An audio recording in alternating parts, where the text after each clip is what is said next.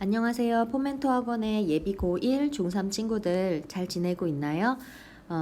이번 주에는 여러분들과 얼굴을 맞대고 수업을 하게 될 줄 알았는데, 사회적으로 거리두기가 이제 연장이 되다 보니까 여러분들이 각자의 공간에서 원격으로 저와 만나게 되겠습니다. 아쉽지만 다음 주에는 우리가 얼굴을 보고 수업을 할 수 있기를 간절히 바라면서 오늘 수업 진행하도록 하겠습니다. 제가 지난주에 여러분들께 현대산문 2일차 미리 한번 학습하는 것을 개인 과제로 드렸습니다. 그래서 이번 주에도 역시 제가 여러분들이 혼자서 먼저 풀었던 지문을 제가 분석하고 문제를 푸는 작업을 하도록 하겠습니다. 현대산문 2일차는요, 여러분들 그 50페이지 펴시면 됩니다. 문학과 독서가 책이 같아서 항상 헷갈리는데, 문학책 50쪽을 보면 되겠고요. 먼저 원래 우리 하던 방식, 늘 하던 방식대로 문제를 한번 보겠습니다. 자, 1번 윗글에 대한 설명 나왔고요. 두 번째 기역과 미음에 대한 설명입니다. 미리 풀어보셔서 아시겠지만 기역과 미음에 대한 설명 지문은 늘 언제나 밑줄 친 부분을 중심으로 해서 위와 아래 부분을 연결지어서 여러분들이 이해하시면 쉽게 풀 수 있는 문제고요. 그 다음에 3번 문제는 보기를 참고하여 윗글을 감상한 내용으로 적절하지 않은 것은 이라는 문제가 나왔습니다. 이 부분이 저희한테는 단서가 되는 이제 부분이라고 제가 말씀을 드렸어요. 그래서 한번 보기 부분을 자세히 보도록 하죠. 이 작품의 등장인물들은 하나의 공간에서 각기 자신들에게 익숙한 생활 방식을 고수하려는 과정에서 충돌한다. 인물들이 나왔고요. 그 인물들이 하나의 공간에서 부딪히게 돼요. 그런데 각기 자신들에게 익숙한 생활 방식이에요. 그것이 뭔지를 우리가 먼저 파악하는 게 중요하겠죠. 한편은 이 공간을 변화시킴으로써 기존의 생활 방식을 지속하고 공간의 이질성을 극복하려고 한답니다. 그래서 요 한편이 누군가 그것도 확인해야 되겠고요. 그런데 하지만이라고 하는 중요한 접속어 나왔죠. 다른 편의 입장이요. 다른 편의 입장에서 이러한 행위는 자신들에게 익숙한 생활 방식에 대한 침해이자 익숙한 공간을 낯설게 만들려는 시도로 인식됩니다. 그렇기 때문에 이들 간의 충돌은 서로한테는 생존의 문제인 거죠. 그것이 직결되면서 한층 더 절박한 양상을 띠게 된다라고 되어 있습니다. 3번 문제의 보기를 통해서 인물들이 나오는데 각각의 인물들은 어떤 집단을 대표하고 그 집단 사이의 충돌은 서로의 생존 문제와 연결이 되는구나. 그런 기본적인 줄거리의 개념을 머릿속에 넣으신 다음에 이따 본문 같이 볼게요. 4번 문제요. A에 대한 이해로 가장 적절한 것은 이라고 나와 있습니다. 그렇다면 여러분들이 A 부분을 다시 한번 이제 보죠. A가 여기 있죠. 꽤 긴 부분이에요. 그래서 반대하는 이유는 여기서부터 시작을 하네요. 극히 단순한 것이었다. 이 부분부터 다음 장 A가 어떤 동네에선 사나운 계획 내세워 가까이 오지도 못하게 하였다. 그냥 이 부분까지예요. 이 많은 부분을 가지고서 4번 문제가 나왔기 때문에 이따가 본문 분석하실 때 이 A 부분을 좀 집중적으로 보셔야 돼요. 왜냐하면 이 A 부분 하나만으로도 지금 문제가 하나 걸려 있는 상황인 거죠. 자, 그러면 본문을 같이 한번 볼게요. 앞부분에 줄거리를 읽어보면서 시작하도록 하겠습니다. 자, 윤창권은 우리의 주인공이 등장했네요. 조금 확대를 할게요. 가족과 함께요. 일제 치하의 고향을 떠나 라는 표현이 있어요. 이 부분 때문에 우리가 보고 있는 이 지문 속 사회 역사적 배경이 일제 강점기라는 것도 머릿속에 넣어 두어야 합니다. 만주 장저워프에서 황무지를 개간하는 조선 이주민 집단에 합류한다라고 돼 있어요. 그렇다면은 본인이 원래 가족들과 살았던 고향을 등지고 이제 만주라는 곳까지 간 거죠. 그리고 이제 만주라는 타 지역에서 홀로는 살 수 없죠. 그러다 보니까 그곳에서 황무지를 개간하는 조선 이주민 집단에 이제 합류하게 됩니다. 자, 더 읽어보죠. 깊은 겨울엔 땅속이 한 길씩 언다. 얼기 전엔 30리 대간선은 째어 놓아야 내년 봄엔 물이 온다. 이것을 실패하면 황무지엔 잡곡이나 뿌릴 수밖에 없고 그 면적에 잡곡이나 뿌려가지고는 그 다음에 먹을 수가 없다. 여기서 지금 이것을 실패하면 이라고 되어 있어요. 이것이 바로 요 앞에 있는 문장이겠죠. 깊은 겨울에 땅이 얼기 그 직전에 해야 될 일을 이것이라고 표현했습니다. 그리고 이것은 먹을 수가 없다라는 표현이 나와 있는데 사실 이제 이것의 성공 여부가 이거는 어쨌든 생존의 문제예요. 그냥 단순히 먹을 수가 없다가 아니고 그 긴 겨울을 버텨낼 식량이 없다라는 건 이제 목숨을 잃을 수밖에 없다라는 얘기인 거죠. 그 다음 볼게요. 창건이는 새로 와서 지리도 어둡고 가역도 끝나기 전이라. 가역이라는 건 이제 뒤에 어휘풀이가 나오는 거죠. 집을 고쳐야죠.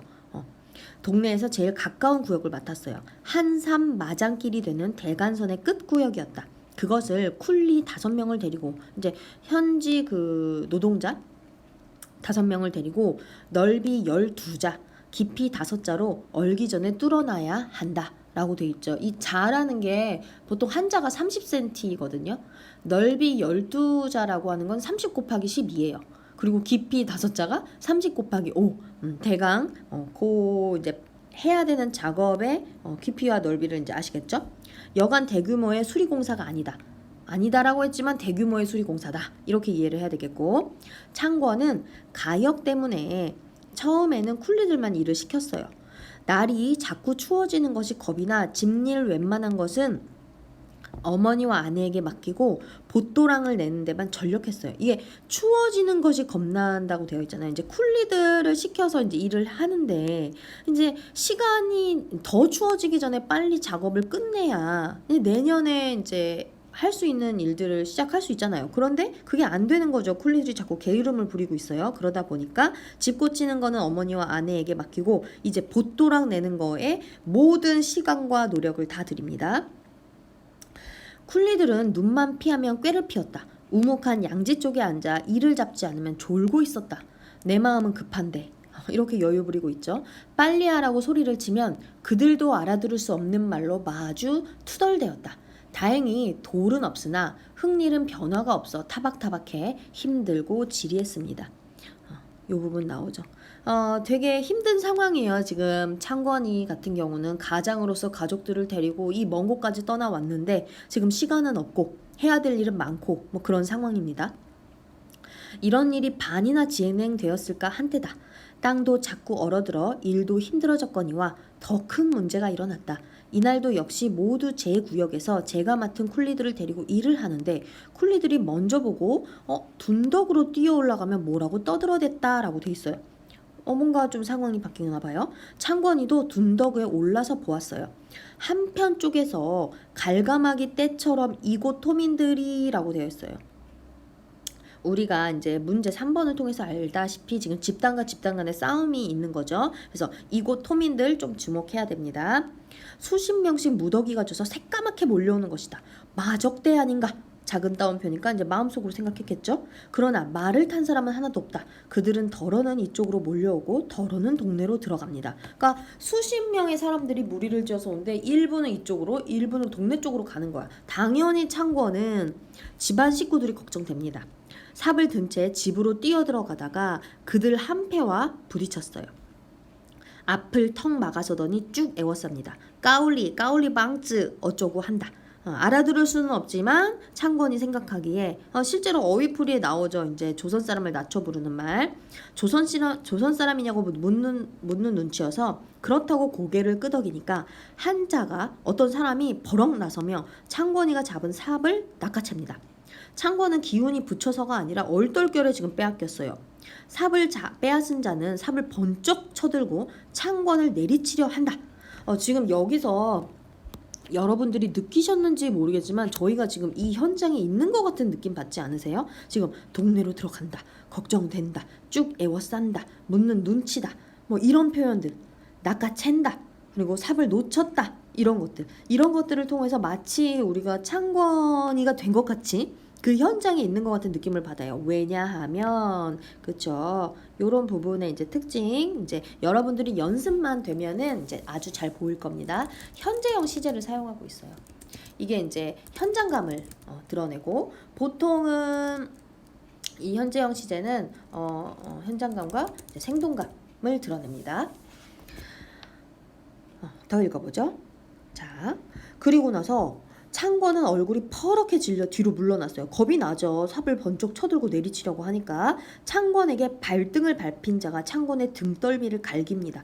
그리고는 일제히 도대체 뭐가 재밌는지 깔깔깔 웃어댑니다. 삽을 들었던 자도 삽을 휘휘 두르더니 밭 가운데로 내팽개 쳐버려요. 그리고는 창권의 멱살을 잡고 보또락 내는 대로 끌어당겨요. 창권은 꼼짝 못하고 끌립니다. 뭐라고 제각기 떠들고 삿대질이더니 창권을 보또락 바닥에 고꾸라뜨려요. 지금 전형적으로 이제 지금 괴롭히고 있는 거죠. 창권이 뿐만 아니라 누구까지도 보또랑이를 도와주던 쿨리들도 붙들어가지고 지금 다 이제 넘어뜨리고 잡아뜨리고 하면서 괴롭히죠. 왜냐하면 이유가 나옵니다. 보또랑을 못 내게 하려는 모양이에요. 그러자 윗구역에서 또 그 윗구역에서 역인말 이제 만주 지방의 말이겠죠. 역인말 할 줄 아는 조선 사람들이 이제 내려옵니다. 아까 토창민을 우리가 집단을 네모 표시한 것처럼 여기도 표시할게요. 조선 사람들 앞부분 줄거리에서 나왔지만 이 사람들이 그 만주 지방의 황무지를 개간하는 조선 이주민 집단의 사람들이에요. 독리에서도 조선 사람들이 소리를 지르며 나타납니다. 창권은 눈이 째지게 놀랐죠. 이런 걸 경험해 본 적이 없으니까 온 지 얼마 안 됐고 윗구역에서 내려오는 조선 사람 하나가 괭이를 둘러매고 여기 토민을 몰켜선 대로 뭐라고 여긴말로 호통을 치면서 그냥 닥치는 대로 찌그려 덤벼드는 것이다. 우리가 봤을 때 너무 폭력적이죠. 근데 이렇게 폭력적일 수밖에 없는 이유가 이제 점점 나와요. 몰켜섰던 토민들이 와 흩어져 버려요. 창권을 둘러쌌던 패들도 슬금슬금 물러납니다. 독리에서는 여기 조선 부인네들 대단합니다. 몇은 식칼을 들고 낫을 들고 달려 나오는 겁니다. 낫과 식칼을 보더니 토민들이 제각기 사방으로 흩어져 달아나요. 창권은 사지가 부르르 떨려요. 이런 걸 처음 보는 거죠. 이런 상황이 이제 적응이 되지 않는 거죠. 여기서는 저렇게 해야 사나보다. 아니 이 보또랑은 우리의 목줄이 아니고 뭐냐 라고 되어 있습니다. 그래서 여기서 저렇게 해야 사나보다 이 부분에다가 이제 좀 필기를 해볼게요. 이렇게 하고 필기를 이쪽에다 해보죠. 여기서 저렇게 한다라는 건 지금 조선 사람들, 조선 어떤 부인들이 굉장히 그 격렬한 저항을 하고 있죠. 그 격렬한 저항이 왜 그런지 우리가 이제 알 수 있죠. 생각해 보면은 여기 나옵니다. 이 보또랑은요 우리의 목줄입니다. 그래서 보또랑과 우리의 목줄 같다라고 보셔야 되고 이 목줄이라는 이 비유적 표현 있잖아요. 여기다가 이제 필기 하나 더 해볼게요. 결국에 이 이제 목숨줄 우리의 목줄은 생존의 문제라는 것을 알려줍니다. 아까 등떨미를 맞고 멱살을 잡히고 한 분통이 와락 터져요. 다리 오금이 날개쭉처럼 쭉 뻗어요. 덤벼라 우린 여기서 못 살면 죽긴 마찬가지다 라고 되어 있잖아요. 자, 이 부분에서도 이제 우리가 위에서 필기했던 거랑 연결 지으시죠. 우리는 여기서 못 살면 죽긴 마찬가지다 라고 되어 있어요. 결국에는 지금 만주의 개간이 마지막 터전입니다. 그러니까 우리 조선 땅에서도 지금 쫓겨나왔기 때문에 이 만주 이제 개간은 마지막 삶의 터전이에요. 여기서 버텨내지 못하면은 그냥 죽는 거라고 보면 되는 거죠. 그러니까 이렇게 격렬하고 우리가 봤을 때는 너무 폭력적인 상황이 이어지는 거죠. 달아나는 녀석을 하나 다 후쳤다. 뒷덜미를 낚아챘다. 공중거리로 나가 떨어집니다. 또 하나 쫓아가는데 뒤에서 어머니 목소리가 납니다. 어머니가 달려오며 붙들어요. 이 장저풀을 수십 리 둘러사는 토민들이 한 덩어리가 되어 조선 사람들이 보독내는 것을 반대하는 것이었다. 그러니까 수로를 내야겠죠. 이 개간을 해서 이제 벼농사를 지으려면 일단은 수로를 만들어서 물이 들어와야 되는 건데 이제 그것을 반대한다는 거죠. 그래서 이 지문에서 갈등 상황의 이제 원인이라고 할까요? 그게 바로 이 부분입니다. 토민 조선 사람들 보동 내는 것 반대요. 그 반대하는 이유가 A 부분으로 묶여 있고 지금 이제 설명이 되어 있어요. 읽어볼게요. 반대하는 이유는 단순한 것이었다. 보동을 내어 논을 풀면 그 논에서들 나오는 물이 어디로 가느냐였다. 방바닥 같은 들이라 자기네 밭에 모두 침수가 될 것이니 자기네는 조선 사람들 때문에 농사도 못 짓고 떠나야 옳으냐는 것이다. 지금 반대하는 이유 첫 번째예요.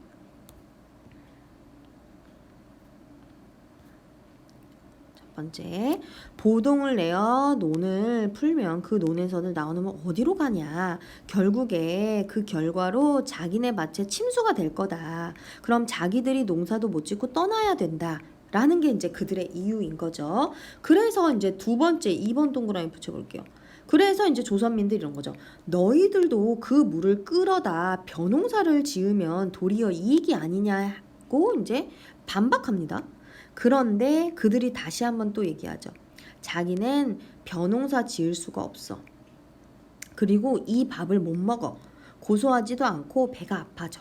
왜냐면 이 토착민들에게 우리가 먹는 쌀은 다른 종류의 쌀인 거죠. 적응이 안 되죠. 자, 그럼 세 번째. 그럼 먹지는 못해도 우리가 같이 벼농사를 지어서 장춘으로 가지고 와서 팔자. 너희들이 먹는 잡곡을 몇 배 살 돈이 나온다 라고 또 대안을 얘기합니다. 그랬더니 또 벼농사를 지을 줄 모르면 우리가 가르쳐 줄게 그대로 해보라고 하여도 완강히 반대해요. 그리고 조선 사람이 너네들이 이제 칼이나 낫으로 덤비면 우리도 몽둥이가 있다 이렇게 얘기를 하죠. 자, 조선 사람들은 일을 계속하기가 틀렸습니다. 쿨리들 다 달아났어요. 이거 혼자서는 절대로 일 못합니다. 도와주는 사람이 있어야지.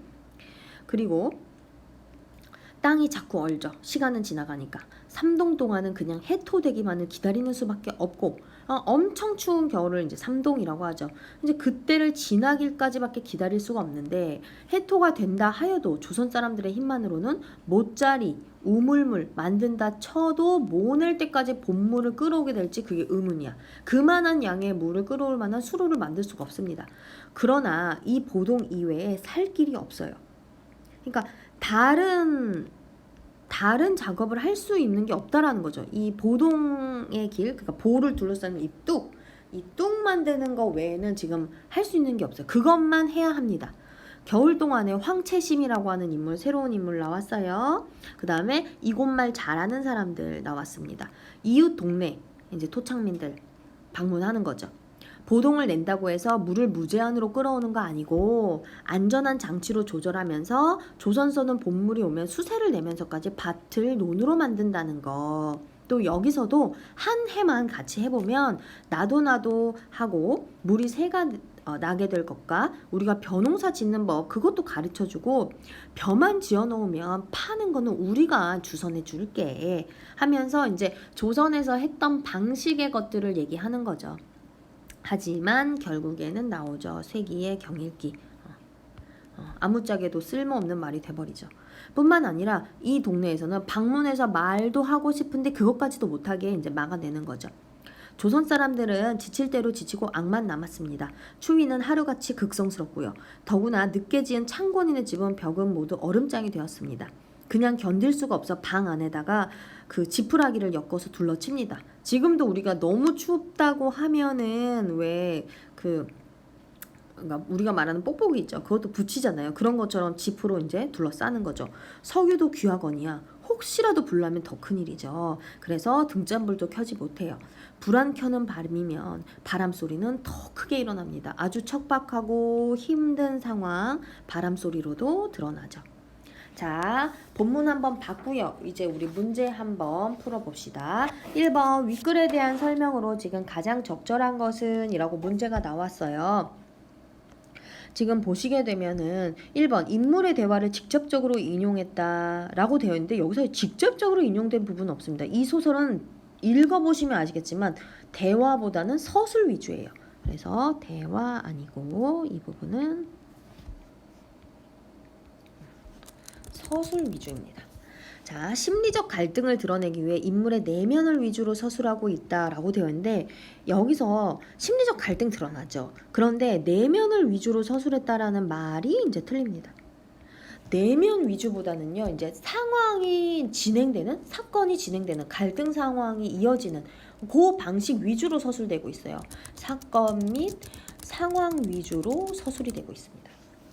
3번 서술자가 주인공으로 등장하여 자신의 체험을 이야기하고요. 여기서요, 창권이는 이라는 얘기가 있어요.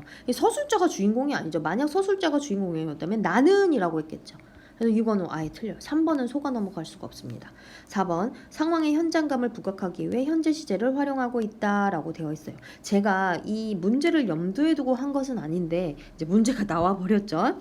상황의 현장감을 부각합니다. 현재 시제요. 그래서 창권이가 토민들이 쳐들어와서 이제 대립하고 거기서 이제 등짝도 얻어맞는 이런 장면에서 이제 현재 시제를 두드러지게 사용하고 있습니다. 그래서 마치 그 상황에 있는 긴박감이 그대로 느껴지죠. 그래서 정답은 4번 이라고 하셔야 됩니다. 그 다음에 시점의 변화를 통해 사건을 다각적으로 제시하고 있다라고 되어 있는데 여기서는요, 우리가 시점 한번 확인해 볼까요? 이 시점이 처음부터 끝까지 전지적 작가 시점입니다. 그래서 전지전능한 서술자가 이 주인공 인물의 내면과 상황 전부 다 드러내고 있습니다. 자, 2번 기억에서 미음에 대한 설명으로 적절하지 않은 것은 이라고 되어 있어요. 부분을 통해서 보시면 됩니다. 지금 기억 부분을 보시게 되면 기억은 이것을 실패하면 황무지엔 잡곡이나 뿌릴 수밖에 없고 그 부분이에요. 그러다 보니까 가정과 예상되는 그 결과 연쇄적으로 제시해서 상황의 시급함을 강조하고 있다라고 되어 있습니다. 겨울이 오기 전에 물기를 꼭 내야만 하는 그 절박한 상황 맞죠? 그 다음에 니은 부분 보시게 되면 한산마장 길이 되는 대간선의 끝구역 하면서 제가 말씀드렸죠. 30 곱하기 12, 30 곱하기 5로 걸기 전에 뚫어놔야 하는 그 부분이에요. 작업의 규모, 기한을 밝혀서 부담을 구체화하고 있다. 예, 맞죠? 그 다음에 3번 행동 묘사를 통해 라는 부분이 있네요. 디귿으로 한번 눈을 다시 돌려보시면은 쿨리들은 눈만 피하면 꾀를 내고 이를 잡지 않으면 졸고 있는 그런 상황들 묘사하고 있는 거죠. 그래서 맞습니다.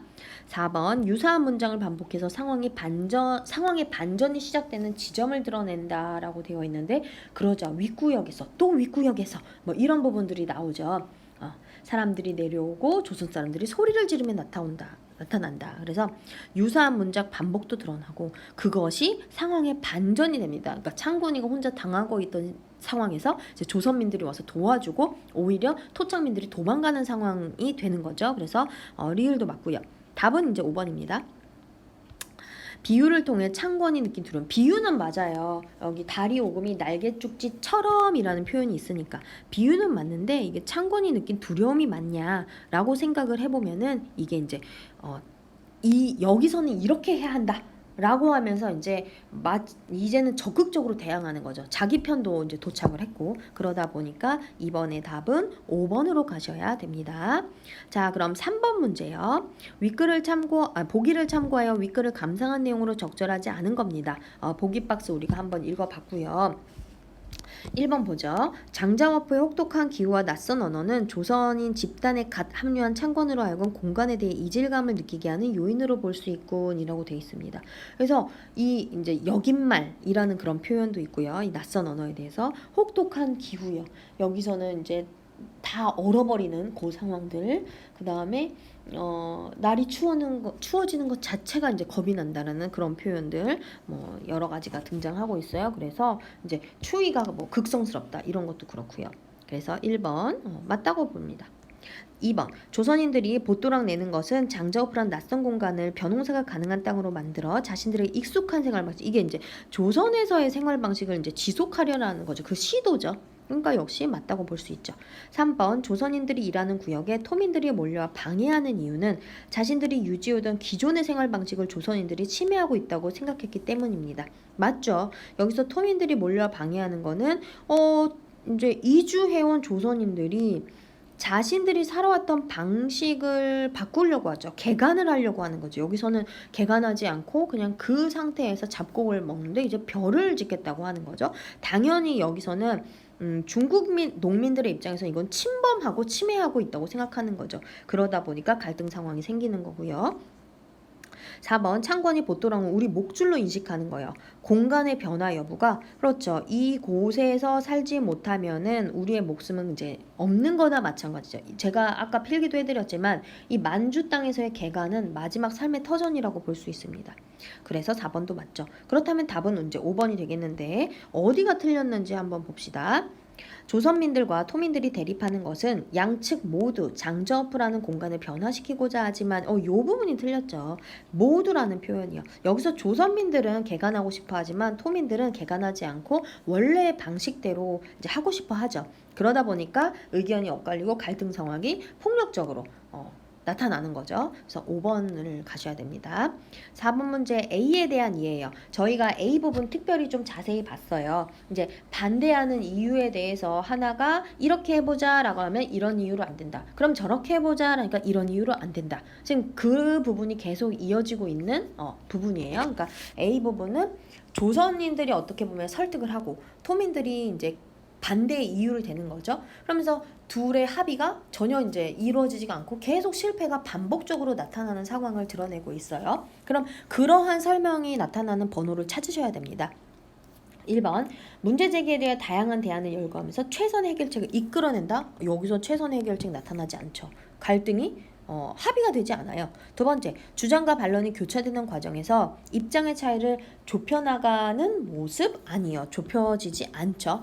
3번, 역사적 배경을 서술하면서 배경 서술은 그럼 역사에 대한 이야기가 나와야 돼요. 과거의 어떤 사건들. 그런데 그런 부분은 없습니다. 4번, 설득이 실패하는 상황을 반복적으로 제시하여 문제 해결이 쉽지 않음을 강조하고 있다라고 되어 있네요. 역시 이제 이 부분이 이제 정답이 되는 거죠. 4번이요. 결국에는 이 창건이 혹은 조선 이주민 집단의 생존의 문제가 그렇게 쉽게 해결되지 못한다라는 것을 드러내죠. 5번 공동체가 난관에 대처하는 방식을 서술하여 개인의 문제를 집단의 것으로 수용합니다. 아니죠. 개인의 문제라기보다는 이곳에서 창건이의 문제가 조선 이주민 집단 전체의 문제라는 것을 드러냅니다. 그래서 우리가 지금 현대산문 2일차의 A세트를 지금 확인했습니다. 자, 이제 현대산문 2일차의 B세트죠. 이청준의 이제 눈길이라는 하는 작품이 나왔고요. 이 작품의 이제 문제를 한번 살펴보면요. 문제. 자, 5번. 윗글의 서술상의 특징이요. 그러니까 여러분들이 이제 어느 정도 경험을 해보셔서 아시겠지만 소설에서는 늘 언제나 서술상의 특징이 나온다. 그래서 여러분들이 평소에 자습을 하실 때도 이 소설의 서술상의 특징은 뭘까? 시점의 특성은 뭐지? 이런 식의 질문을 하시면서 공부를 하시는 자세가 이제 필요하다라는 것을 스스로 이제 깨달으셨을 거예요. 그 다음에 6번 기억과 니은을 비교한 내용이요. 그러면 이제 우리 앞에 한번 돌아가서요. 기억하고 니은을 한번 보죠. 기억은 여기 둘이 걸어온 발자국, 니은은 그 몹쓸 발자국, 이렇게 두 개죠. 그러면 이 기억과 니은을 비교한 건데 1번부터 5번까지 살펴보시면 기억과 니은 각각 기억과 니은 모두 4번, 5번은 기억, 니은의 차이점에 대한 거네요. 그래서 이따 본 볼 때 한번 같이 눈여겨서 보시고요.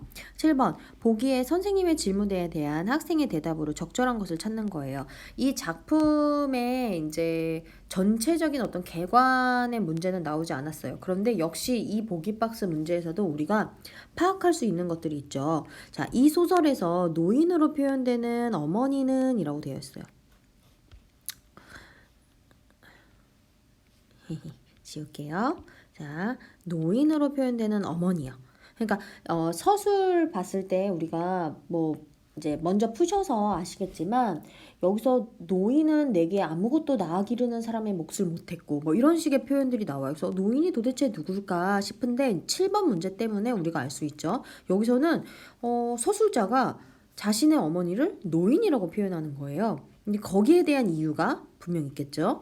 햇살이 비치는 아침에 다른 사람이 주인이 돼버린 집을 바라봅니다. 원래는 본인의 집이었는데 이젠 다른 사람이 주인이 된 거죠. 그 집에서 아들을 하룻밤 재웠습니다. 햇살은 자연적이고 근원적인 빛이에요. 만물을 속속들이 비추는 기능을 해요. 어머니는 이러한 햇살에 자신의 모습을 비추어 봅니다.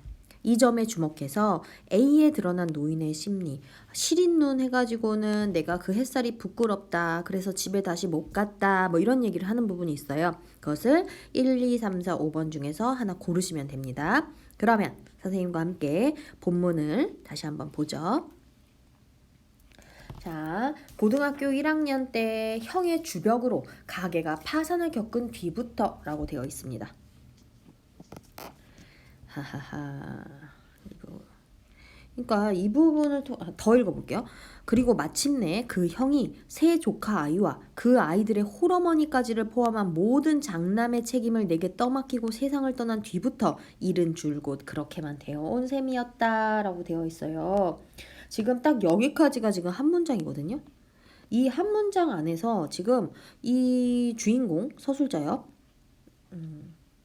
고등학교 1학년 때 그리고 나중에 그 형이 결혼해서 조카 3명의 조카애랑 이제 부인을 남기고 그 다음에 어머니를 모셔야 하는 그 장남의 책임까지 그렇게 하고서 형은 또 세상을 떠났어요. 지금 굉장히 오래된 시간의 이야기를 이 단 한 줄로 정리해 버리잖아요. 이런 서술상의 특성 여러분들이 조금 기억해 두면 좋을 것 같아요. 이 부분이 바로 사건, 그동안에 있었던 사건을 요약적으로 제시하는 부분입니다. 그래서 이런 요약적 제시가 드러난 부분은 사건의 속도가 당연히 아주 빠르겠죠. 그리고 반면에 이런 이 요약적 제시를 통해서 우리가 이 사건을 빨리 파악할 수도 있을 뿐더러 이제 속도감 있게 이제 진행이 되는 거죠. 자, 그 다음에 고등학교와 대학교 군영 3년을 치러내는 동안 노인은 내게 아무것도 나아기르는 사람의 몫을 못했고 라고 되어 있어요. 여기서 나왔죠. 이 노인이 바로 나의 어머니입니다. 근데 아무것도 나아기르는 사람의 몫을 다른 색깔로 해볼게요. 못했어요. 그러니까 부모 노릇을 제대로 하지 못한 거죠. 이제 보통의 부모들이 하는 것들. 또 나는이라는 표현이 있어요. 나대로 고등학교, 대학, 군영의 의무를 치르고 나와서도 자식놈의 도리는 여기 또 다른 색깔로 할게요. 엄두는 못 냈대요. 결국 이러한 것들 때문에 이제 윗부분 다시 한번 가볼게요. 일은 줄곧 그렇게만 되어온 셈이었다라고 이제 되어 있는 요 부분이요. 요 부분에 대한 이제 설명은 뒤를 읽으면서 알 수 있게 돼요. 결국에는 이제 나와 노인의 사이가 그러니까 저희가 느끼기에도 엄마를 그러니까 어머니를 노인이라고 부르는 것 자체가 이제 그 관계가 소원해진 거죠. 그래서 나와 노인의 사이가 멀어진 것이 일이 그렇게 되어버렸다라고 이제 표현을 한 거예요. 자, 그리고 이제 더 읽어볼게요.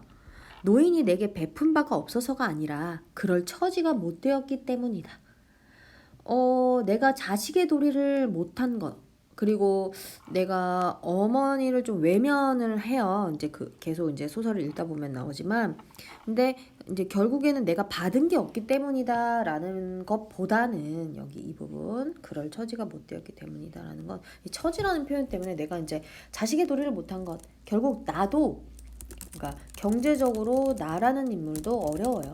결국에 그렇게 하면서 서로 사이가 멀어진 상태로 시간만 흐르고 있는 거죠. 사실 그 소설의 중간 부분에 보시게 되면은 그러니까 소설 전체 줄거리의 이제 전개 부분이죠. 그 부분에서 노인이 주택 개량 사업을 통해서 이제 지붕을 좀 좋은 지붕으로 고치고 싶다는 얘기를 꺼내요. 근데 나는 되게 당황스러워하고 모르는 척을 합니다. 그리고 그때에도 나는 이 어머니인 노인과 서로 주고받을 것이 더 이상은 없다라는 그런 표현이 계속 나와요. 자, 어쨌든 나도 어렵습니다. 나는 나대로 형이 내게 떠맡기고 간 장남의 책임을 감당하기를 사양치 않을 수가 없었기 때문이었다. 노인과 나는 결국 그런 식으로 서로 주고받을 것이 없는 처지예요. 여기 다시 한번 나옵니다. 그러니까 마치 어머니와 자식의 관계가 이제 서로 거래의 관계처럼 이제 그려지고 있는 거죠. 서술되고 있죠. 그 이유는 나라는 인물 서술자가 어머니에 대해서 지금 마음의 문을 닫아버린 거죠. 그래서 서술이 그렇게 진행이 되고 있고요. 노인은 누구보다 그것을 잘 알고 있었다. 그렇기 때문에 내게 대해선 소망도 원망도 있을 수가 없었다.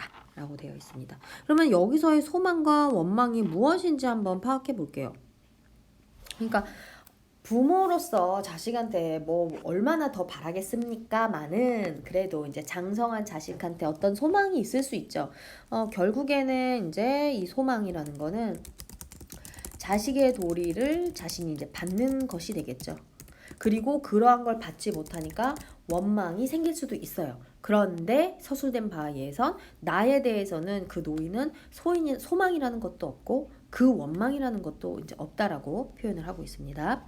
KC에서 공부하며 고등학교 1학년을 보내고 있던 나는 이 형이 정말 말썽꾸러기죠. 이런 사람 집안에 있으면 너무 힘들 것 같아요. 재산을 탕진해 집을 팔았다는 소식을 듣고 고향에 옵니다. 당시 노인은 나에게 상처를 주지 않으려고 그나마 하나 가지고 있던 집이에요. 그거 없어졌다는 걸 알리지도 않으려고 하고 상처 주지 않으려고 이미 팔아버린 집인데 새 집주인의 양해를 얻어서 우리 자식이 멀리 공부하고 있는데 잠깐 온다. 하룻밤만 재워달라. 뭐 이런 이제 사연을 얘기해서 하룻밤을 잘 수 있게 해줍니다. 근데 나는 이제 어머니랑 그냥 잠만 딱 자고 아침에 그냥 나와버려요. 그리고 다음날 새벽 일찍이죠. 이제 빨리 가야 된다라는 핑계죠. 핑계 아닌 핑계로 이제 집을 나섰는데 노인은 눈길을 헤치며 차 타는 곳까지 나를 바래다 준 후에 홀로 눈길을 되돌아옵니다. 자, 그리고 나서 이제 그때 당시의 사건, 과거의 사건이고요. 이제 현재 이렇게 진행됩니다. 길을 돌아가시던 그때 일을 말씀이세요? 누군가 지금 물어보네요. 눈길을 혼자 돌아가다 보니 그 길엔 아직도 우리 둘 말고는 아무도 지나간 사람이 없지 않았겠냐. 눈발이 그친 신장로 눈 위에 저하고 나하고 둘이 걸어온 발자국만 나란히 이어져 있구나라고 되어 있어요. 우리가 이제 우리한테는 주어진 분량은 정해져 있죠. 그 안에서 최대한의 것들을 우리가 이제 재구성을 해내야 되는데 지금 이 부분 눈길에 대한 얘기는 노인, 어머니겠죠. 물어보는 사람이 있는 거죠. 그리고 노인의 이제 이 말 속에서 저하고 나하고 둘이 걸어온 발자국, 이게 지금 나왔어요. 기억이고요. 문제 나오죠. 그래서 어머님은 그 발자국 때문에 아들 생각이 더 간절하셨겠네요. 위에서 질문을 던졌던 사람에 대한 얘기 알아낼 수 있어요. 이 어머님이라는 표현 때문에요. 그래서 이 질문을 지금 던지고 이야기를 끌어내는 사람은 아내예요, 아내. 나의 아내겠죠. 그리고 이 아내가 하는 역할이 있어요. 그래서 아내의 역할도 한번 정리해 보죠.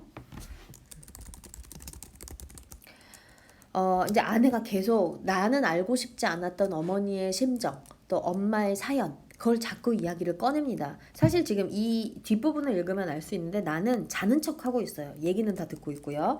그래서 이 아내의 역할은 화해 중개자예요. 그러니까 또 노인과 나 사이 어떤 그 갈등 관계에서의 비밀 그것들을 점차 드러내고 있는 그런 화해 중개자의 역할을 하고 있습니다. 그러면서 이제 또 이제 이야기가 진행되죠. 간절하다 뿐이겠냐. 신장로를 지나고 산길을 들어서도 굽이굽이 돌아온 그 몹쓸 발자국들에 아직도 도란도란 저 아그 목소리나 아이고 아들 목소리가 이제 생각이 나나 봐요. 또 따뜻한 온기가 남아있는 듯만 싶었지 라고 돼 있죠.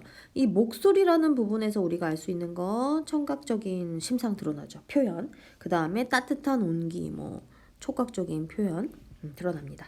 산비둘기만 푸르륵 날아올라도 라고 되어 있는데 역시 청각적인 부분.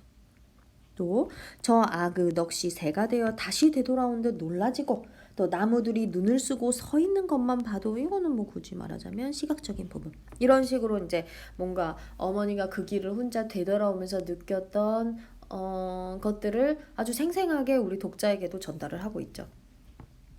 하다 보니 나는 굽이굽이 외지기만 한 그 산길을 저 아그 발자국만 따라 밟고 왔더니라 라고 되어 있죠. 그냥 엄마의 마음인 거죠.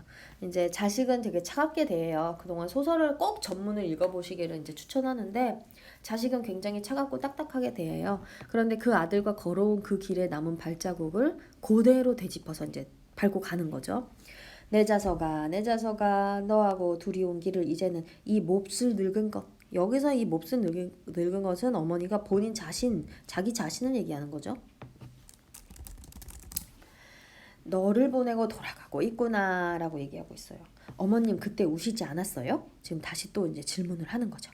울기만 했겠냐. 오목오목 디뎌온 그 발자국마다 이제 애기죠 애기. 그런 얘기 하잖아요. 90세 할머니의 애기가 70세의 우리가 봤을 때 할아버지인 것처럼 이 어머니한테도 이 차갑고 살갑지도 않은 아들 그 다음에 자신과의 사이를 일부러 거리를 두고 사는 이 아들을 바라보는에도 불구하고 내 자식, 내 애기죠, 애기, 아그라고 표현을 하고 있죠. 눈물을 뿌리며 돌아왔지. 내 자석아, 내 자석아, 부디 몸성이 지내거라. 부디 너라도 조우는 복 받고 살거라. 눈앞이 가리도록 눈물을 떨구면서 눈물로 저 앞길만 빌고 왔제라고 되어 있죠. 그래서 이 부분이 바로 이제 그 어머니의 진짜 마음이죠. 거죠. 자, 이걸 이제 들으면 아무리 차갑게 변하고 일부러 거리를 두고 일부러 어머니를 외면하고 있는 자식일지라도 마음이 흔들릴 수밖에 없죠. 노인의 이야기는 이제 거의 끝이 다 가고 있는 것 같았다. 아내는 이제 할 말을 잊은 듯 입을 조용히 다물고 있었다. 그런디 그 서두를 곳도 없는 길이라 그렁저렁 시름없이 걸어온 발걸음이 그래도 어느 참에 동네 뒷산을 당도해 있었구만. 하지만 나는 그 길로는 차마 동네를 바로 들어갈 수가 없어. 잿등 위에 눈을 쓸고 아직도 한참이나 시간을 기다리고 앉아 있었더니라 라고 이제 얘기를 하고 있어요. 그러니까 자식 돌아주고 와서 이제 그 발자국 따라서 왔는데도 불구하고 지금 동네로 바로 들어가지 않았어요. 그랬더니 이제 아내가 이렇게 얘기하죠. 어머님이 돌아가실 거처가 없었던 것이요? 이렇게 물어봅니다. 한동안 조용히 입을 다물고 있던 아내가 이제 더 이상 참을 수가 없어진 듯 갑자기 노인을 추궁하고 나섰어요. 그러니까 그만큼 노인도 역시 절박한 처지에 처해 있었다는 것을 남편이 듣길 바라면서 이제 꼬치꼬치 깨묻는 거죠. 나 역시 이제 더 이상 노인을 참을 수가 없었어요. 이제나마 노인을 가로막고 싶었어요. 또 아내의 추궁에 대한 그 노인의 대답이 두려웠어요. 노인의 대답을 나는 들을 수가 없어요. 결국에 이 표현이요. 이 부분에서 이제 우리가 확인할 수 있는 사실 하나 정리를 좀 해보죠. 그러니까 노인도 힘들었을 것이라는 사실을 알고 싶지 않은 거예요. 그래서 그 대답이 두렵고 듣기 싫은 거죠. 나는 아직도 눈을 뜰 수가 없었다. 불빛 아래에 눈을 뜨고 일어날 수가 없었다. 사지가 마비된 듯 가라앉아 있는 때문은 아니었다. 졸음기가 아직 아쉬워서도 아니었다. 뭐 때문입니까? 눈꺼풀 밑으로 뜨겁게 차오르는 것을 아내와 노인에게 얘기할 수가 없어요. 이거 뭐죠? 뜨겁게 차오르는 거. 두 글자. 그쵸? 눈물. 아내와 노인 앞에 보일 수가 없었어요. 그것이 너무도 부끄러웠기 때문입니다. 아내는 이번에도 그러는 나를 알고 있어요. 그래서 이제 막 얘기합니다. 여보, 이제 일어나 보세요. 일어나서 당신도 말을 좀 해보세요. 라고 하면서 세차게 흔들어요. 그녀의 음성은 이제 거의 울부짖음에 가까워. 그래도 나는 일어날 수가 없어. 뜨거운 것을 숨기기 위해 눈꺼풀을 꾹꾹 눌러 참으면서 나는 잠이 든 척 버틸 수밖에 없었어요. 음성이 흐트러지지 않는 건 오히려 그 노인뿐이었습니다. 가만두거라. 아침길 나서기도 피곤할 것인디 고나게 자고 있는 사람 뭐하러 그러냐. 노인은 일단 아내의 행동을 말려두고 나서 아직도 근 옛 이야기를 하는 듯한 아늑하고 차분한 음성으로 당신의 남은 이야기를 끝맺어가고 있었어요. 그런디 이것은 네가 잘못한 것 같구나 라고 얘기했어요. 무엇을 잘못 알았다는 거죠? 그때 내가 뒷산 제등에서 동네를 바로 들어가지 못하고 있었던 건 말이다. 그건 내가 갈 데가 없어 그랬던 것은 아니란다. 산 사람 목숨인데 설마 그때라고 누구네 문간방 한 칸이라도 산 몸뚱이 깃들일 때 마련이 안 됐겠냐? 갈 데가 없어서가 아니라 아침 햇살이 활짝 퍼져 있는디. 그 7번 문제에서 이제 햇살에 대한 얘기하니까 잘 보죠. 눈에 덮인 그 우리 집 지붕까지도 햇살 때문에 볼 수가 없더구나. 더구나 동네에선 아침 짓는 연기가 한참인디 그렇게 시린 눈을 해가지고서는 그 햇살이 부끄러워 차마 어떻게 골목을 들어갈 수가 있겠냐. 부끄럽대요. 그놈의 말간 햇살이 부끄러워서 그럴 엄두가 안 생겨나더구나. 시린 눈이라도 좀 가라앉히고자 그래 그러고 앉아 있었더니라 라고 얘기되어 있어요. 여기에서 이제 우리가 어머니의 심리 한번 정리를 해보죠. 왜 부끄러웠을까요? 결국에는 이제는 남의 집이 되어버린 어떤 집, 그리고 마을마다 아침 짓는 연기가 가득해요. 그런데 나는 자식에게 온갖 그 힘겨운 삶의 무게를 다 얹어주고 여태까지 살았고, 그래도 내가 집이라도 있어서 자식을 부를 수라도 있었는데 이제는 그 자식한테 집을 잃어버렸다는 소리도 제대로 하지도 못하고, 이제 다른 사람에게 사정을, 새 집주인에게 사정해서 하룻밤 재워서 보내는 거죠. 결국에는 이제 어머니의 심리는 부모 노릇을 이제 잘 해내지 못했다는 한스러운 자신의 삶에 대한 자책 때문에 이제 그러한 거죠. 여러분들이 이 노인의 마음을 얼만큼 이해할 수 있을지는 잘 모르겠어요.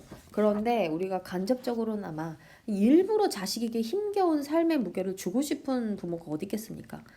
그리고 그것을 외면하고 있는 자식 역시도 결국에 이제 부모님의 속마음을 알고 나면은 그렇게 딱딱하게 굴 수는 없을 거예요.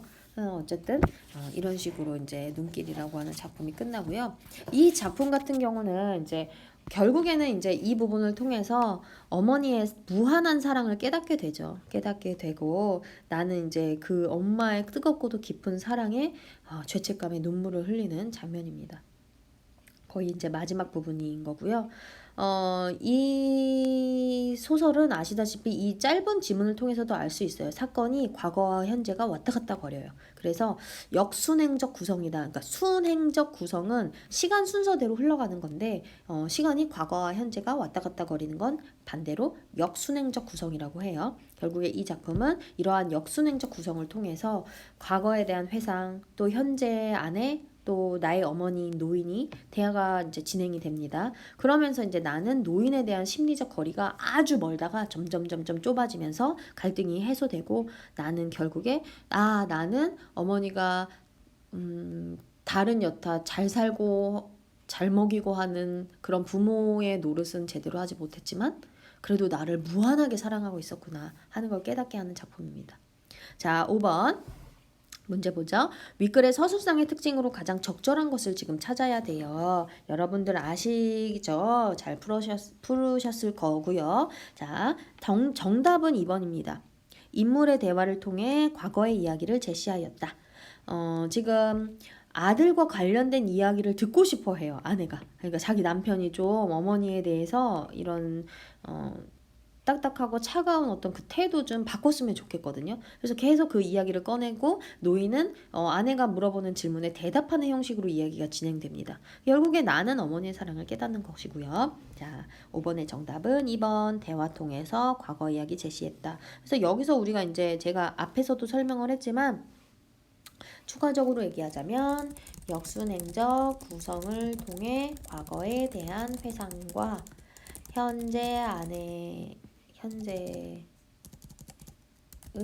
아내와 어머니의 대화가 반복되고 있는 그런 서술상의 특성을 갖고 있습니다. 6번 기억과 니은을 비교한 내용으로 적절하지 않은 것을 지금 찾는 거예요. 지금 기억과 니은은 동일한 공간에 존재한다 라고 되어 있죠. 지금 둘이 같이 걸어갔다가 자식 먼저 버스 타고 가고 노인 혼자 걸어오고 있어요. 그 발자국들을 보면서. 그래서 결국에는 기억과 니은 모두 고향집에서 차 타는 곳까지의 그 산길이랑 신장로, 그러니까 같은 공간 맞습니다. 그 다음에 기억과 니은은 동일 인물의 발자국이 있다라고 되어 있죠. 결국엔 노인과 아들 그 둘의 발자국이니까 맞죠. 그 다음에 3번 기억과 니은의 발자국은 같은 곳을 향하고 있다라고 되어 있습니다. 그러니까 결국에는 집에서 차 타는 곳으로 지금 걸어갔잖아요. 그 둘의 발자국이. 그러니까 같은 방향을 향하고 있죠. 되돌아오는 길에 그 같은 곳을 향하고 있는 발자국을 또 노인이 보게 되는 거고요. 그 다음에 니은은 기억과 달리 노인의 감정이 표면적으로 드러난다라고 되어 있어요. 그쵸. 지금 여기 그러니까 그 둘이 걸어온 발자국에서는 지금 기억 부분 거기서는 이제 이 발자국은 그냥 둘이 걸어온 그 발자국 그 자체만을 얘기합니다. 근데 니은에서는 몹쓸 발자국이라고 돼 있어서 그 몹쓸이라는 말 때문에 노인의 심리 어머니의 감정 이런 것들이 드러나요. 그래서 여기서는 그 감정이 뭐 표면적으로 들어간다가 기억은 그러니까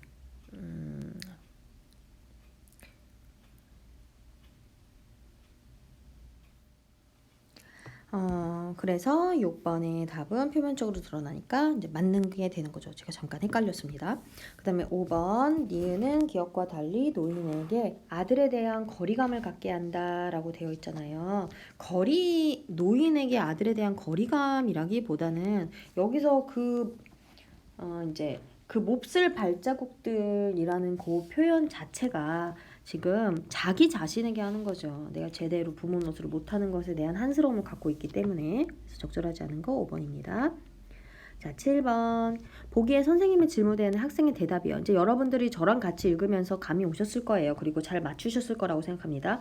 첫 번째, 돌아갈 곳이 없어서 서러웠다라는 거는 그건 잘못했다라고 본문에서 얘기하고 있어요. 그 다음에 주고받을 것인 관계는 슬펐을 것이다. 그것 때문에도 아닙니다. 더 서럽지도 않아요. 이제 이런 상황에 대해서는. 그리고 부모로서 못해준 것이 더 안타까울 뿐이지. 3번 자신이 베푼 사랑을 알아주지 아들이 서운했다. 아닙니다. 그냥 오히려 자신이 더 베풀지 못한 것을 안타까워하는 거죠. 4번 역할은 선생님 미안했을 것입니다. 라고 되어 있는데 여기서도 미안한 감정은 있을 수 있죠. 그런데 여기서 그 햇살 때문에 부끄럽다라고 하는 부분 그 미안함보다 더 멀리 좀 가야겠죠. 그게 바로 부모의 도리를 못한 자신의 무력한 삶에 대한 한인 거죠. 그래서 5번으로 가셔야 돼요. 4번이 조금 매력적으로 보일 수는 있을 것 같은데 이제 그 햇살을 통해 부끄러워서 한참을 있다가 돌아갔다. 그리고 아침밥 짓는 그 집들이 굉장히 많은데 나는 내 자식한테 아침밥조차 해주지 못하는 거예요. 그런 것들을 봤을 때는 이제 5번으로 가셔야 정답이 되겠습니다. 5번. 자, 다음으로는 제가 이제 계속 독서를 여러분들하고 함께 보고 싶은데 이제 문학과 관련된 부분만 여러분들한테 과제를 냈었고 그러니까 제가 한 번도 지금 오답 체크를 못해서 그게 항상 지금 마음에 걸려있는 상태거든요. 그래서 중급 상 1일차 A세트하고 B세트를 여러분들이 제가 없어도 또 제가 그 분석 노트를 드리지 않아도 본인이 A4 용지에다가 문단별로 정리를 하시면 될 것 같아요. 자, 그러면 본문은 제대로 다 보셨을 테니까 저는 이제 오답 체크 위주로 한번 가볼게요. 1번 윗글의 내용과 일치하는 것은 문제가 나왔습니다. 그래서 이 부분에서 여러분들이 지금 확인하셔야 될 거는 1문단의 그레고리안 선법에 대한 내용, 2문단에서 이제 종지음과 중심음에 대한 얘기가 나왔고 3문단에서 전격 선법, 변격 선법이라는 얘기가 나왔고 그 다음에 그레고리안 선법 우리가 지금 이 보고 있는 지문 이것의 어떤 의의가 지금 마지막 문단에 나오고 있어요. 그러면 1번 봅시다. 일치 문제는 언제나 본문에서 찾을 수 있으니까요. 1번 전격 선법과 변격 선법은 짝이 되어 화음을 이룬다 라고 되어 있는데 지금 1문단에 보시게 되면은 그 화음을 사용하지 않는 이런 부분이 있어요. 그렇기 때문에 1번은 안 됩니다. 틀렸어요. 2번 단선율의 그레고리안 선법은 독창을 위한 반주이다 라고 돼 있는데 2번이 진짜 너무너무 매력적이죠. 막 고르고 싶잖아요. 그런데 단선율의 그레고리안 선법이 지금 독창을 위한 반주다 라고 되어 있는데 본문에서 보시게 되면요. 무반주 이 부분 본문을 한번 볼까요? 무반주 형태의 합창이나 독창입니다. 그러니까 독창을 위한 반주는 아닌 거죠. 그래서 잘 고르셨어야 돼요. 좀 섬세하게 읽으셨어야 됐었고 그 다음에 3번 변격 선법의 중심음은 종지음보다 항상 높은 음이다 라고 되어 있는데 변격 선법에 대한 얘기는 지금 4문단에 있잖아요. 4문단에서 지금 보시게 되면은 중심음은 종지음의 3도 위의 음이다 라는 표현이 있어요. 그렇기 때문에 얘가 3번이 맞게 되죠. 그 다음에 4번 전격 선법보다 변격 선법의 음역에는 음의 개수가 더 많다라는 얘기인데 여기서 음역이라는 거는 지금 본문에서 이 여기서부터 여기까지죠. 음역 그 범위를 얘기하는 거잖아요. 근데 바부터 바까지 다부터 다까지는 모두 음의 개수가 지금 8개예요.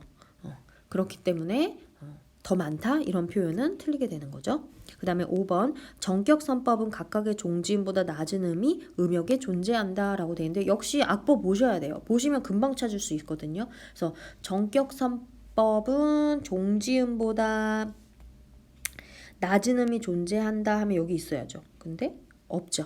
그러니까 틀렸습니다. 1번의 답 3번 그렇게 가셔야 돼요. 자, 2번 보기는 기억의 주제부 악보이다. 이를 이해한 내용으로 적절하지 않은 것은 이라고 되어 있어요.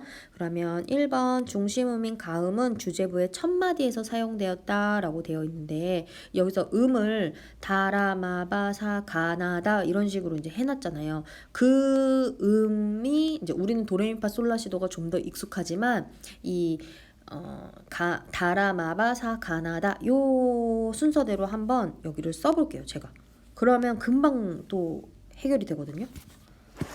그러면은 우리가 봤을 땐 도라 뭐 이렇게 되지만 다 가 이렇게 지금 한마디가 이루어져 있고 사다다 바 또 한마디 사바 바 바마 라마 바사바 바사 하고 바 이렇게 이제 이루어져 있어요. 총 지금 7마디의 이제 악보가 그려져 있고요.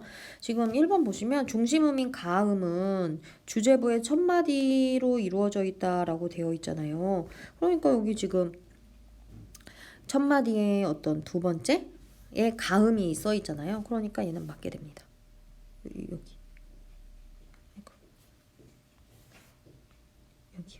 그래서 사용되었다 1번 맞아요.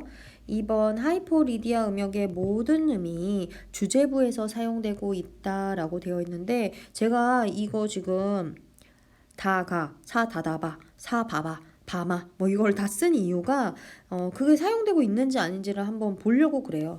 여기서부터 이제 다부터 다까지 다 사용됐는지를 우리가 확인해야 되는데 모든 음이 아니고요. 나 음이 없습니다. 그래서 얘가 틀려요. 정답이 나왔군요. 2번. 그 다음에 종지음 바는 주제부의 멜로디를 마칠 때만 사용된 것은 아니다 라고 되어 있는데요. 그냥 그대로 보시면 돼요. 지금 종지음인 바가 어디에 쓰였어요? 보시게 되면은 바, 뭐 사바바, 바, 뭐 각각의 다른 그 마디에서도 사용되고 있는 것을 알 수 있죠. 그 다음에 하이포리디아 음역의 가장 낮은 음으로부터 주제부가 시작된다 라고 되어 있는데 하이포리디아 가장 낮은 음이 지금 다잖아요. 다. 그러니까 그 다가 사용되고 있으니까 역시 맞습니다. 주제부의 음역은 낮은 다음에서 높은 다음까지 한 옥타브이다 라고 되어 있는데 역시 첫째 마디 그 가장 낮은 음 첫째 마디에 다 가장 높은 음이 지금 둘째 마디에 다니까 역시 그렇게 사용됐다 하면은 그 한 옥타브 얘기해주면 됩니다. 그래서 정답은 2번 가시면 돼요. 그 다음에 3번 A, B의 관계가 가장 유사한 것이라고 되어 있는데 지금 A가 종지음이고 B가 중심음이에요. 그러면 저희가 다시 한번 정리를 해보죠. A하고 B의 관계를 따져야 되니까 지금 정격 그 선법에서는 종지음 기준으로 5도 위의 음이 중심음이야 뭐 이런 표현이 있어요. 산문단에 지금 나와 있거든요. 그렇다는 거는 지금 A에 따라서 B가 결정되는 거잖아요. 그럼 그 관계가 1, 2, 3, 4, 5번 중에서 3번이 더 이제 가장 비슷한 유형인 거죠. 3번. 뭐 파이에 대한 거는 정해져 있는 수잖아요. 그 다음에 2번 대륙과 해양이 5대양 6대주로 나뉜다. 구분에 대한 얘기인데 그것도 연결이 되지 않아요. A, B의 관계에서는. 그 다음에 주사위를 던지면 1에서 6까지의 숫자가 하나 나온다는데 얘는 확률과 관련된 문제고요. 햇빛을 프리즘에 통과시켰을 때 여러 가지 색으로 분리된다. 그러니까 어떤 하나의 의해서 다른 하나가 여러 개로 나누어지는 성질의 것인데 그것도 역시 A, B의 관계와 유사하지 않습니다. 그래서 답은 3번으로 가셨어야 돼요. 자, 그리고 나서 B세트도 볼게요. B세트도 여러분들이 미리 한번 풀어보셨고, 제가 항상 독서 지도할 때 여러분들한테 말씀드리는 것처럼 문단 하나하나 번호 매기시고 그 문단의 주요 내용이 무엇인지 스스로 정리를 하시는 작업을 지금 하셔야 됩니다. 적어도 1년 이상은 하셔야 돼요. 하셔야 나중에 그 글을 읽었던 힘이 문제 푸는 데 도움이 돼요. 그래서 귀찮아도 여러분이 손이 너무 아프셔도 해내셔야 됩니다. 여기도 역시 문제 빠르게 볼게요. 4번 윗글의 서술 방식에 대한 설명으로 적절한 것은 이라고 되어 있는데요. 그러면 이제 앞부분 다시 한번 돌아가서 제가 설명을 해드릴게요. 지금 앞에 보시게 되면은 진경산수화에 대한 얘기를 하고 있어요. 18세기에 유행했대요. 그런데 그 진경산수화가 대상의 겉모습만 묘사하지 않고 본질을 표현한 그림이라고 하면서 대상의 본질에 대한 이 부분 있죠. 대상의 본질에 대한 이해는 작가에 따라 다르게 나타난다 라고 하면서 두 번째 문단에서는 겸재 정선에 대한 얘기를 꺼냈고요. 그 다음에 네 번째 문단에서는 김홍도에 대한 얘기를 꺼내요. 그러면서 겸재 정선은 이 구룡폭도라는 이 작품에서 어떤 식으로 표현을 했는지, 그 다음에 단원 김홍도는 구룡연이라고 하는 이 작품에서 어떤 식으로 표현했는지, 이런 식으로 문단이 구성이 되어 있습니다. 그렇기 때문에 지금 4번 문제에서는 1번 작가 의식과 작품을 연관지어서 서술하고 있다. 1번으로 정답 가셔야 돼요. 여기서 독창성과 혹은 문답의 방식, 질문하고 답하는 그런 것들은 나타나지 않고요. 그 다음에 여러 관점의 이론을 상호 비교, 관점의 이론은 나타나지도 않았어요. 4번 화풍의 변천 과정에서 나타난 문제점을 제시하고 있는데 화풍의 변천 과정 역시 그런 역사적인 과정 나타나지 않아요. 5번 작품의 예술성을 전문가의 평 그렇지도 않습니다. 그렇기 때문에 금방 1번 찾으실 수 있을 겁니다. 5번 윗글을 통해 알 수 있는 사실, 윗글 통해 알 수 있는 내용 찾는 문제가 역시 나왔고요. 각각 어디에 드러나 있는지 확인해 보죠. 1번 겸재는 성리학자로서 자신의 학문적 이상을 화폭에 담으려고 하였다라고 되어 있는데 얘는 두 번째 문단에서 찾을 수 있어요. 두 번째 문단에 보시게 되면은 두 번째 문단의 세 번째 줄 성리학의 깊은 이해를 가졌던 겸재는 뭐 이런 부분이 있어요. 그래서 그 부분을 통해서 1번은 맞습니다. 2번 단어는 실제하는 경치의 감흥을 사실적인 묘사로 표현하고자 하였다라고 되어 있는데 단원 김홍도에 대한 내용은 4문단을 한번 보시면 돼요. 4문단에서 지금 보시게 되면은 하나, 둘, 셋, 네 번째 줄에 있어요. 그는 초상화에 인물을 사실적으로 묘사하여 인물의 정신까지 담아내려고 한 것처럼 대상의 완벽한 재현으로 자연에서 느낀 감흥을 충실하려고 하였다. 이런 표현들이 나와요. 그래서 2번도 맞고요. 3번 진경상수화는 서양학법에 영향 없이 이 부분은 우리가 제대로 읽었으면 바로 파악할 수 있는 거죠. 그 4문단에 읽었으니까 4문단을 이어서 보면 그 중국을 거쳐 들어온 서양학법, 원근법, 토시법 등을 수용해서 사실적인 경치를 그렸다라고 하는 게 4문단의 단원 김홍도 설명할 때 나옵니다. 그래서 영향이 없다라는 표현이 이제 틀리게 돼요. 3번.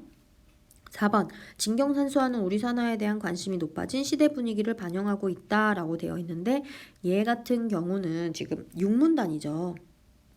6문단에 여러분도 보일 거예요. 두 번째 줄에 우리 산하를 진경으로 표현하면은 우리 국토에 대한 애정, 우리 문화에 대한 자긍심이 담겨 있다. 이런 말이 있어요.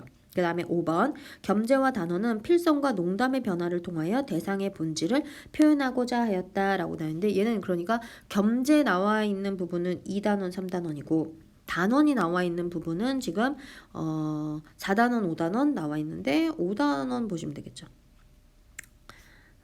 4단원, 5단원 중에서 그래서 특히 3문단에서 3문단 밑에서 두 번째 줄 필선을 통해 강한 양의 기운을 표현한 반면 절벽에 남는 먹의 번짐 뭐 이런 표현이고요. 다섯 번째 문단에서도 마지막 줄에 선의 굵기와 농담의 변화를 주어 입체감을 표현하였다 이런 표현이 나와요. 그래서 5번도 역시 맞습니다. 5번의 답은 3번. 그 다음에 6번 기역과 보기를 비교한 설명으로 가장 적절한 것을 찾는 건데 지금 기역 같은 경우가 구룡폭도라고 되어 있어요. 그 작품과 보기의 경기민요 박연폭포 그것과 이제 연결지어서 해야 되는데 이 산문단에서 구룡폭도는 어떤 물줄기가 쏟아지는 그 감흥을 표현하기 위해서 뭐 그 물줄기 앞, 위, 아래 하고 그 다음에 건너편에 있는 바위는 뭐 없애버렸다 뭐 이런 얘기를 하고 있어요. 그 다음에 경기민요에서는 1절, 2절, 13절을 보게 되면은 특히 2절이겠죠.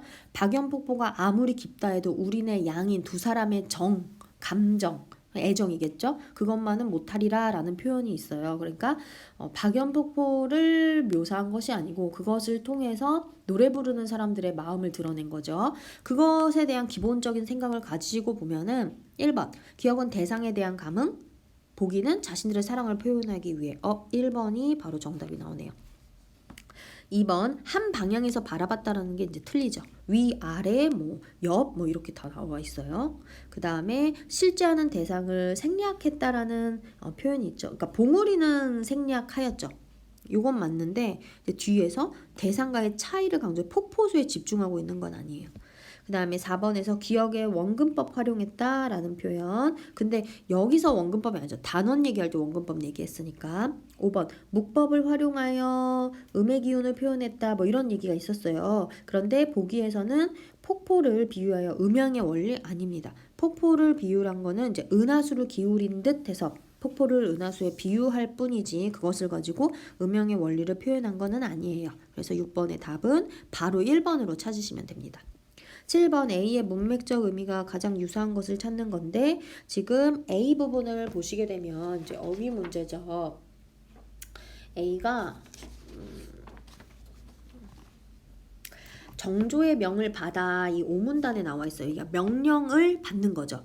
그래서 1, 2, 3, 4, 5번에서 다 받는다로 이제 표현이 되지만 사실 그 문맥적 의미가 달라요. 그래서 한번 이 문맥적 의미 찾는 문장은 비슷한 단어를 찾아서 바꿨을 때 그 의미가 이제 통해야 돼요. 그게 이제 문맥적 의미가 유사한 건데 일단 1번 보죠. 그녀는 어두운 옷보다 밝은 옷이 잘 받는다. 그럼 이 받는다를 우리가 다른 단어로 한번 표현해봐요. 그쵸? 여러분들 바로 찾을 수 있을 것 같아요. 이게 바로 어울린다. 뭐 이런 말로 바꿀 수 있을 것 같아요. 그 다음에 그는 갑작스레 딱딱한 억양으로 말을 받았다 라고 했는데 말을 뭐 했다. 그렇게도 갈 수 있고. 3번 정부는 국민으로부터 세금을 받았다. 세금을 뭐 징수했다. 세금을 걷었다. 이렇게 볼 수 있고요. 4번 내일까지 서류를 제출하려는 학교의 통고를 받았다 라고 되어 있는데 학교의 통고라는 건 이제 명령과 같죠. 그 명령을 받았다, 들었다, 이제 요구받았다? 혹은 뭐 들었다. 그렇게 갈 수 있고 5번 회사의 미래를 생각하면 그 사람을 받지 않을 수 없었다. 여기서는 받아들이다. 뭐 이런 식으로도 해석할 수 있죠. 그러면은 문맥적 의미가 가장 유사한 거 정조의 명령을 받은 거니까 여기서는 4번이 가장 유사하죠. 그래서 여러분들이 많은 어휘를 알고 있다는 것은 이런 어휘 문제 하나를 매우 쉽고 빠르게 풀 수 있다라는 거예요. 그래서 어휘 문제도 제가 이제 여러분들과 대면 수업 진행하면 계속 진행을 하게 될 텐데 최대한 많은 어휘를 이번 학년도 안에 빨리 이제 자기 것으로 만들어 놓으시면 고등학교 올라가셔가지고 정말 그 어휘가 살이 붙어서 큰 힘이 될 겁니다. 어쨌든 오늘은 여러분들 원래 저를 만나던 수업 시간에 이제 학습을 하게끔 되어 있어요. 제가 이따가 또 확인을 하려고 하고요. 긴 시간 동안 집중하시는데 혼자서 집중하는 게 굉장히 힘든 일이지만 어쨌든 여러분들이 목표를 세우셨으면 절대로 딴 길 보지 마시고 충분한 시간과 노력을 들이셔서 모든 실력이 자신의 것으로 될 수 있게끔 끝까지 노력해 보도록 하세요. 아무튼 긴 시간 동안 들어주셔서 감사합니다.